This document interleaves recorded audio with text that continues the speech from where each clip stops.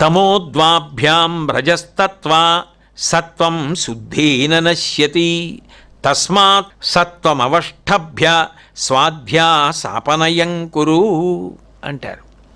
అబ్బాయి, 3 గుణములు ఉన్నాయి అని తెలుసుకున్నంత మాత్రం చేత నువ్వు ఆ గుణములను దాటడం కుదరదు. తమో గుణం అంటే ఏమిటి?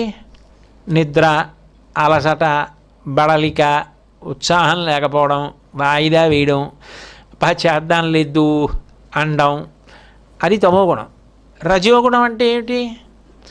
కోరిక పుడుతూ ఉండడం, దానికోసం పరిగెడుతూ ఉండడం, తిరుగుతూ ఉండడం, ఏదో తృప్తి పొందుతూ ఉండడం, అవ్వకపోతే బాధపడుతూ ఉండడం, ఇదంతా రజోగుణం. సత్వగుణం ఏమిటి? ప్రశాంతంగా ఉండడం, తన శాంతి ఇంద్రియముల ద్వారా బహిర్గతమవుతూ ఉంటే మంచి మాట, మంచి నడక, మంచి నడత, మంచి ఆహారం, మంచి ప్రవర్తన, వీటి ద్వారా ఇతరులకు కూడా శాంతి కల్పించడం సత్వగుణం. ఇవి తెలుసుకుంటే ఉపయోగం ఏమైనా ఉందా అంటే శంకరాచార్యుల వారు ఒక ఉదాహరణ చెప్పారు. ఇది భోజనము అని తెలిస్తే కడుపు నిండుతుందా? ఇది భోజనము, ఇది అన్నము, పప్పు, కూర, పచ్చడి, పులుసు, అరిటాకు వడ్డించబడినది అని చూసేసి నమస్కారం పెట్టి వెళ్ళిపోతే కడుపు నిండిపోతుందా? కూర్చుని తినాలి, తింటే కడుపు నిండుతుంది. అలాగే గుణములను తెలుసుకుంటే నువ్వు గుణములను దాటవు. గుణములను దాటడానికి గుణములను ఎలా వినియోగించుకోవాలో నీకు రావాలి. అది తెలిస్తే గుణములనే పట్టుకొని గుణములను ఎలా దాటాలో నీకు అవగతమైతే గుణములను దాటిపోతావు. అక్కడ జీవితం తరిస్తుంది, అక్కడ జీవితానికి మార్గం దొరికి సుసంపన్నమవుతుంది అంటూ ఆయన దానికి సోపానక్రమం చెప్పారు. ముందు అన్నిటికన్నా ప్రమాదకరమైంది ఏమిటి? తమోగుణం. ఆ తమోగుణంలో ఏం చేస్తాడు? ఎక్కువ నిద్రపోవడం ఇష్టం. లేవడం ఎందుకంటే మళ్ళీ నిద్రపోవడానికి కడుపు నిండా తినేస్తే కన్ను పడిపోతుంది కాబట్టి. ఏదో ఒకటి తినేస్తే మళ్ళీ కాసేపు పడుకుంటాడు, మళ్ళీ లేస్తే మళ్ళీ ఏదో తాగడమో తినడమో ఏదో చేస్తుంటాడు. ఒకవేళ కూర్చున్నా ఎక్కువ అడుగులు వేయకుండా కూర్చుంటాడు, కూర్చుని బద్ధకంగా ఉంటాడు. ఏదైనా ఏమంటే ఆ పని ఉంది, ఈ పని ఉంది, ఇది అవ్వాలి, అది అవ్వాలి, చేద్దాం, ఏం పెద్ద విషయాలు ఏంటి, అయిపోతాయి లేదు అంటాడు. అలా కూర్చుంటాడు అంతే. తప్పించి ఉత్సాహం కానీ ఏదైనా ఒక కార్యం చేద్దామని కానీ ఏ ఉండదు. కాలమా గడిచిపోతూ ఉంటుంది.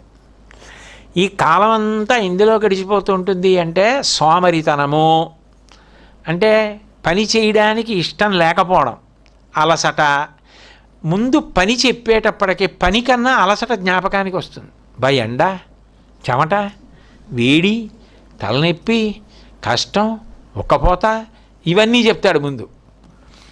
అవన్నీ లేని కాలం కూడా ఉంటుందిగా. పొద్దున్న 6ంటికి వచ్చి 7:30 వరకు పోద్దాన్ని నీళ్ళు అండవు. అంటే ముందు బాధ ఏదో చూసి దాని ద్వారా పని మానేద్దామని చూసి చెప్తాడు. కాబట్టి ఇదంతా తమోగుణం. రజోగుణం పరిగెత్తిస్తూ ఉంటుంది, ఏవో కోరిక పుడుతూ ఉంటుంది, వెడుతూ ఉంటాడు, ఏదో చేస్తూ ఉంటాడు, వస్తూ ఉంటాడు. కానీ సంగము చెందిపోతూ ఉంటాడు. అమ్మాయి అనే సుఖపడిపోయానంటాడు, అమ్మాయి అనే దుఃఖపడిపోయానంటాడు, కింద పడిపోతాడు, నించుంటాడు, మళ్ళీ ఆనందంతో గంతులేస్తాడు. ఒక్కొక్కసారి ఏ కారణం లేకపోయినా కారణాన్ని సృష్టించుకుని ఏడుస్తాడు. మరి ఏదో చెయ్యాలి కదా రజోగుణంలో. దానికి ఏం చేస్తాడంటే నన్ను అప్పుడు ఎవరో ఏదో అన్నారు అంటాడు. లేకపోతే చిన్నప్పుడు ఎప్పుడో కష్టపడ్డాడు, చాలా కష్టపడి పైకి వచ్చాడు, మంచిదే అది, కానీ అది తలుచుకుని ఇప్పుడు ఏడుస్తాడు. లేకపోతే ఎప్పుడో నేను ఉండను కదా, అప్పుడు ఇవన్నీ వాళ్ళు అలా పంచుకుంటారని ఏడుస్తాడు. ఎందుకది? దేనికి అవన్నీ అసలు? ఇప్పుడు అది తలుచుకే ఆడవడం ఎందుకు? ఎప్పుడో జరిగేది తలుచుకే ఆడవడం ఎందుకు? ఇప్పుడు ఉన్నదానికి సంతోషంగా ఉండొచ్చు కదా అంటే ఉండలేడు. అది రజోగుణం. సత్వగుణంలోకి వెడితే మంచిదే, కానీ అక్కడ దాకా వెళ్లకుండా ముందు ఈ రెండే తిప్పేస్తుంటాయి. అప్పుడు శంకరాచార్యుల వారు మార్గం చెప్పారు. ముందు నువ్వు ఏం చేస్తావంటే ముందే సత్వగుణానికి వెళ్ళిపోదామని ప్రయత్నిస్తే ఒక్కనాటికి వెళ్ళనివ్వవు నిన్ను. అందుకని ముందు తమోగుణం తెలుసుకొని దాని నుంచి విడుదల పొందడానికి ప్రయత్నించు. దానికి ఏం చేస్తావు అంటే వ్యాయామం చెయ్యి. వ్యాయామం అంటే సాముగరుడీలు చేయమని కాదు, శరీరాన్ని నిలబెట్టు ముందు. మంచం దగ్గర ఉండకు. మంచం దగ్గర ఉన్నావో వాలిపోదాం అనిపిస్తుంది. అసలు ఏది కూర్చోడానికి దానికి లేకుండా నిలబడ్డం తప్ప మరో అవకాశం లేని చోట నిలబడు. ముందు విరుగుతుంది మత్తు. ఆ మత్తు విరిగిపోతే నీకు నిలబడ్డం అన్నదోటి వస్తే ఒకసారి నువ్వు ఆ ప్రకృతి వంక, పక్షుల వంక, చెట్ల వంక, వాటికి ఉన్న ఉత్సాహం వంక, అంత ఎండలో అలా నిలబడి మామిడికాయలు ఇస్తోందే, మామిడి పళ్ళు ఇస్తోందే, అంత ఎండలో అవి ఇచ్చినవి నేను చల్లగా ఉన్న చోట కూర్చుని తినేస్తున్నాను తప్ప దానిలో అరగంట నించోలేకపోతున్నానన్న భావన కలుగుతుంది. అందుకని ముందు అసలు నిలబడవు, వ్యాయామం చెయ్యి. అంటే ఏదో అటు ఇటు తిరిగి నిద్రపోవడం, అలసట, ఇది ముందు శరీరానికి పట్టినటువంటి జాడ్యాన్ని వదిలిపెట్టుకొని ఏదో ఒక పని పెట్టుకో. ఈ పని నేను ఇవాళ పూర్తి చేయాలి అని పెట్టుకో. అది దానివల్ల ఎంత ఉపయోగం ఉంటుంది వదిలిపెట్టేసేయి. పైన ఉన్న అమ్మవారికి సంబంధించిన పుస్తకాలన్నీ మధ్యలోకి పెట్టు, మధ్యలో ఉన్న శివ సంబంధమైన పుస్తకాలు పైనెట్టు. ఏమిటి ఉపయోగం ఉంది? ఇంతకుముందు ఎప్పుడు పడుకోవడమే కానీ చూడలేదు. ఇప్పుడు ఓహో మన దగ్గర శివుడి మీద చాలా పుస్తకాలు ఉన్నాయి, అమ్మవారి మీద చాలా పుస్తకాలు ఉన్నాయి అని తెలుస్తుంది. అందుకని ముందు పోయే ఏదో ఒక పని మొదలెట్టు. ఆ పని అవ్వాలని పెట్టుకో, ఆ పని చేయడం మొదలెట్టు.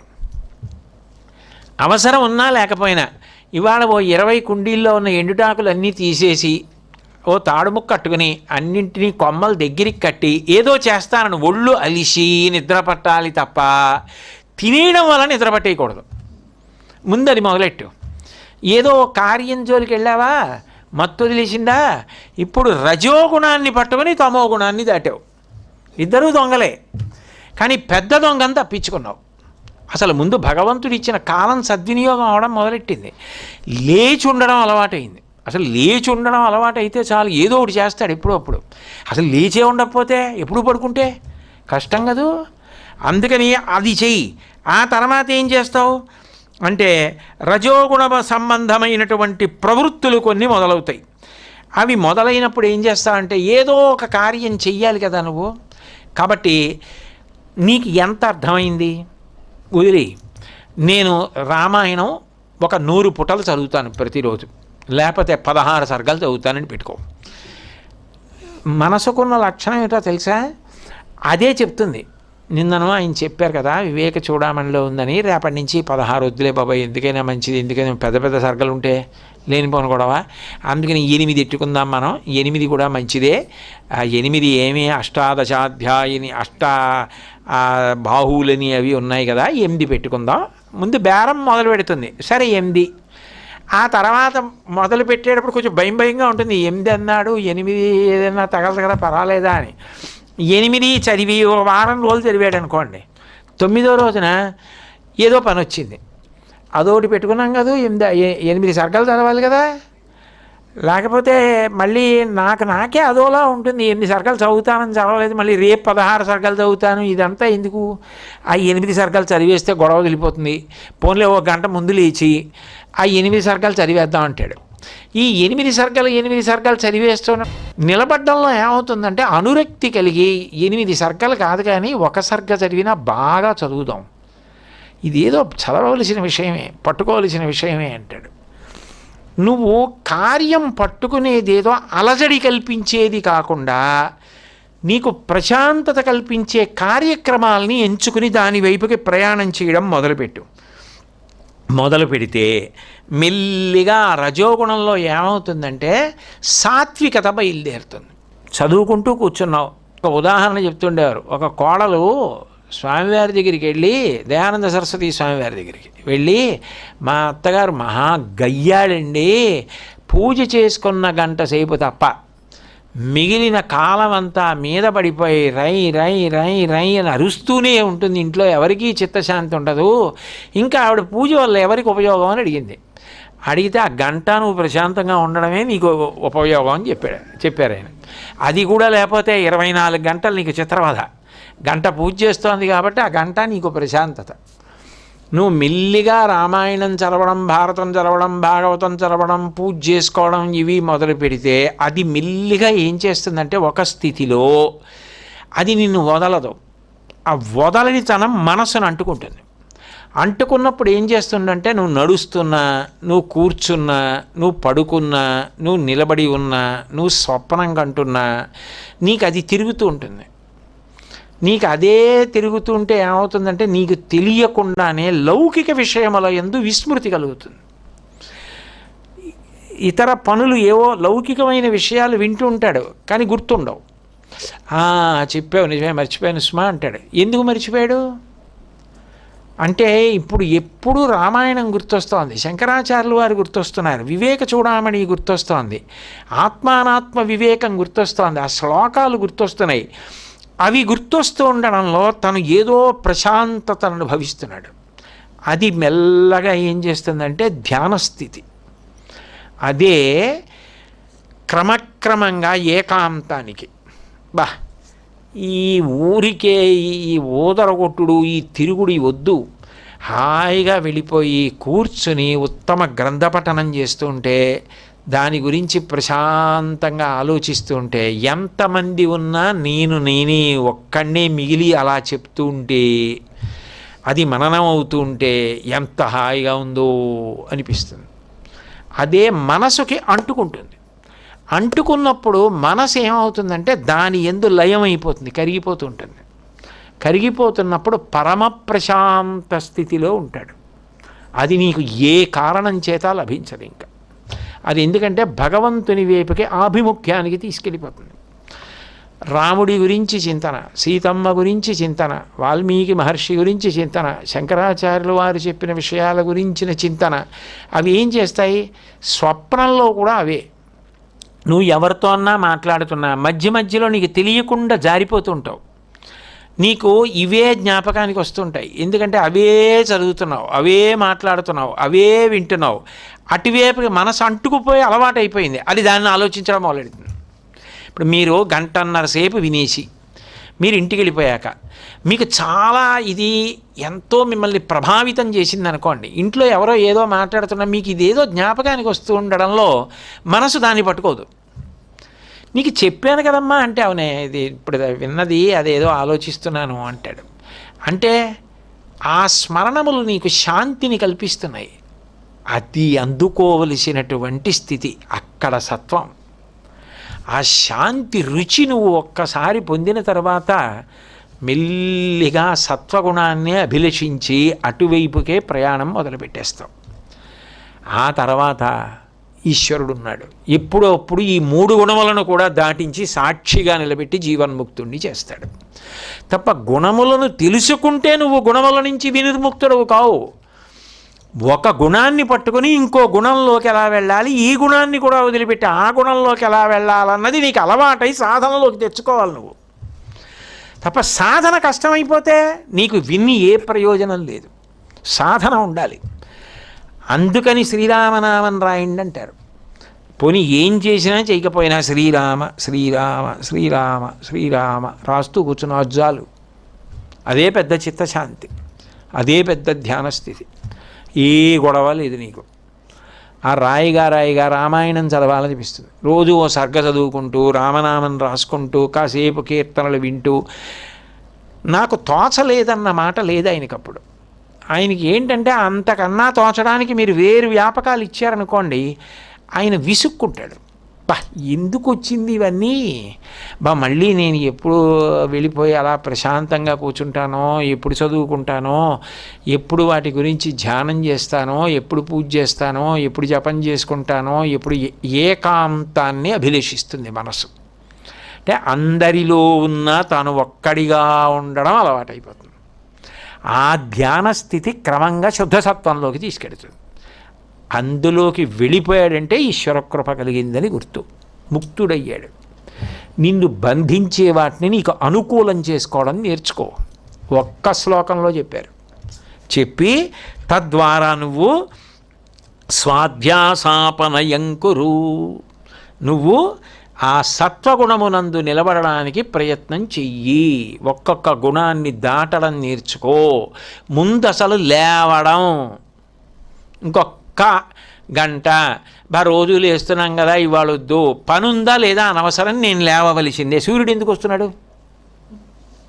ఇప్పుడు ప్రభుత్వ ఉద్యోగం చేసేవాళ్ళు ఉంటారు, ఏం పెద్ద పనేం లేదు కదండి రేపు రానంటే ఒప్పుకుంటారా? పనేం లేదు కదండి వెళ్ళిపోతానంటే ఒప్పుకుంటారా? పనున్నా లేకపోయినా ఎప్పుడు వెళ్ళాలో అప్పుడు వెళ్ళి ఎప్పటి వరకు ఉండాలో అప్పటి వరకు ఉంటేనే జీతం ఇస్తారు. అక్కడ తెలివిగా ఉన్నవాడివి జీవితంలోనూ తెలివిగానే ఉండాలి.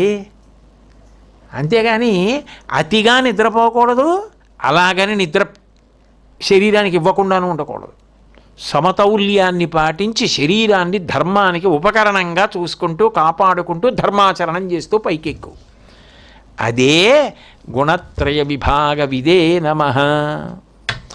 మహానుభావుడు ఎవరు చెప్తారు? ఇంకా నేను ఒక్క గ్రంథంలోంచి ఒక శ్లోకమే చెప్పా, వివేక చూడామణిలోంచి.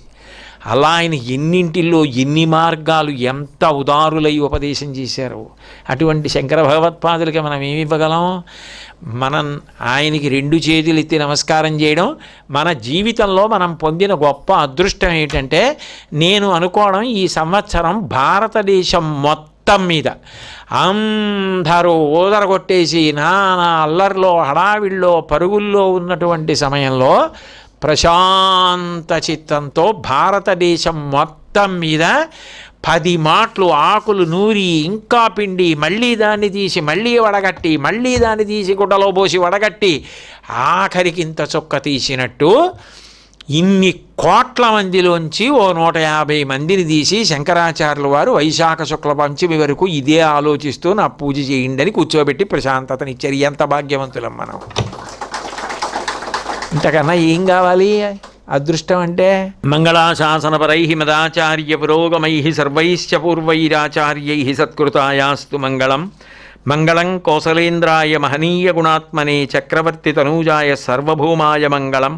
ఉమాకాంతాయ కాంతాయ కామితార్థప్రదాయినే శ్రీగిరీశాయ దేవాయ మలినాథాయ మంగళం. సర్వం శ్రీ ఉమామహేశ్వర పరబ్రహ్మార్పణమస్తు. స్వస్తి.